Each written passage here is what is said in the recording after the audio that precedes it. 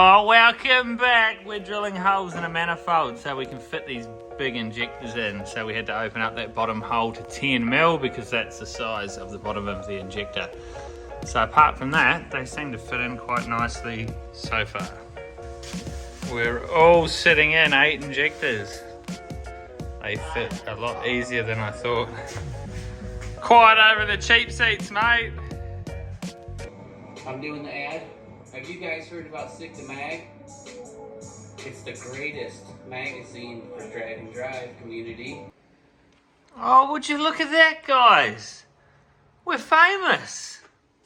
Today is Yay Day, I'm calling it. We had to go up, pick up the head from Jack Brothers. I finished the little repair on that. I also had a couple of little valve guides that were broken, so they've replaced a couple of them. We'll get the head back on the motor and hopefully over this weekend get it back in the car. I'll try and show you a few things on the build as I go. It might be a good chance to do that as it's all going back together so you can see stuff a bit more in detail. Then we'll get it ready, get it up to go to Dan, and he can start making a little fuel tank for the methanol. Probably one of the little tricks a lot of people don't know about the K-Series is when you get the timing marks lined up on your cams, which are those two pointing side by side, which they're not at the moment, they've got to rotate around a bit. You'll have your marks on the top, which are for your gold links on your timing chain. But to lock the cams, there's a little secret around the back and the bottom cam cap, we'll call it. It's got a little pin, a dowel that you can put inside its makeup. Something like that, so I can fit it in on the car nice and easy, and that just slides in there and that'll lock that cam in position at top dead, and also that one there. That way no timing moves, you don't hit valves when you go and sit your cam on top of the head when you're sitting at top dead on number 1 on your crank. Oh, what have you done to your car, Jono? Last time I seen it, this thing was running 830s. Now it would run 8-minute 30s. That's with Cameron pushing it. Oh, what's happening down the back there, Nav? You're working hard? That's the story. Oh, they got to pull the motor out of this, check the big EM bearings. They've never been checked after quite a few hits now, so we'll see what they're looking like. Man, that's a big turbo.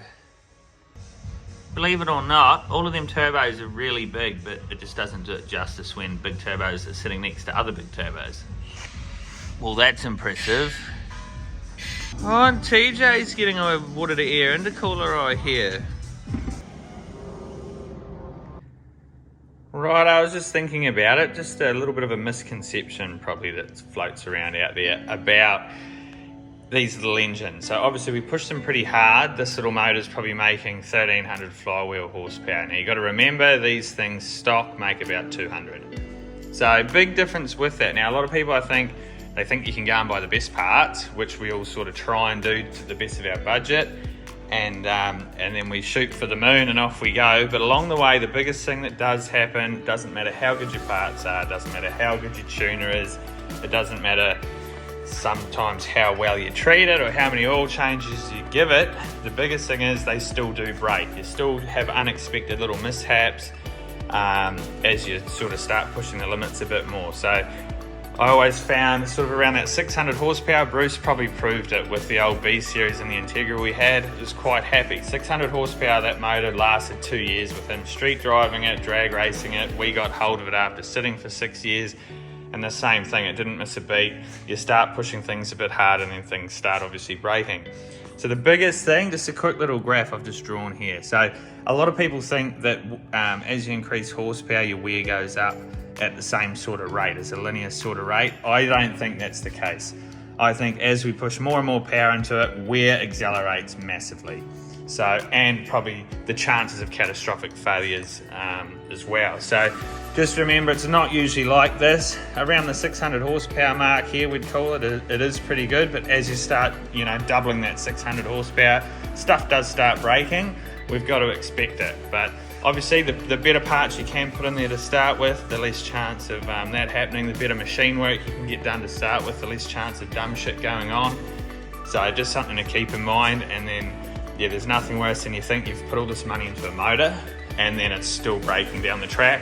A lot of guys probably don't tell you this stuff. Righto, back to the engine putting togetherness. We've got, this is the old repair Will JHH did. You can see where the weld's been and where it got machined. He did a brilliant job on that back when that happened. That was when we threw the rod out of the motor. Go back and check that video out if you want to see a bit of carnage. Now this time here, Jack Brothers has done this repair.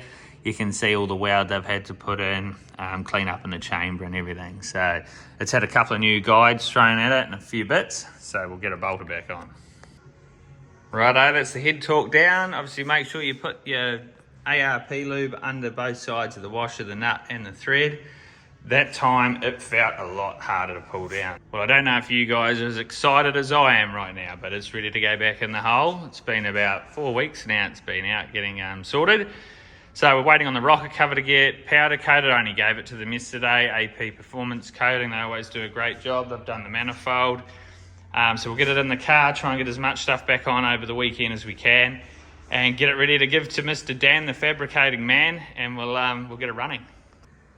I'm really rating these clamps compared to the old silicone I used to run. Obviously a little bit more expensive, a little bit more work when it comes to the intercooler piping, but you never have to replace a silicone joiner again or a hose clamp. You know, there's always issues with them popping off, especially with the higher boost levels. But these things here, so easy, don't even need a tool to take them out. All they are these quick release pins. So you just push them through, pops out. Easy to do if you've got to do a bit of work on the car, like we always seem to be doing these days anyway. So just something to think about. If it's in your budget, definitely something worth doing. And also they look really good. Just another quick point while we're talking about these clamps. I've tried cheap ones, I've tried mediocre sort of ones, and then we're obviously running the Vibrants now. With these, I definitely reckon it's a case of you get what you pay for. So just keep that in mind. Just the way the clamp fits, the way it goes on, the way it looks, all the benefits. If you pay that little bit more money, stick with the old Vibrant, I reckon. Dan will probably say the same thing too.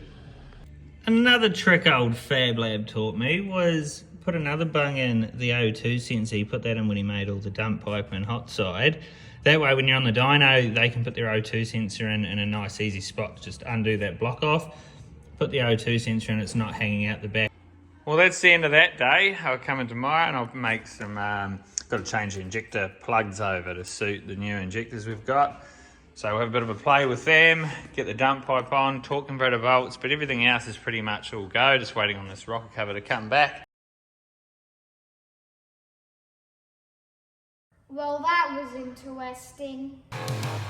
Break it down.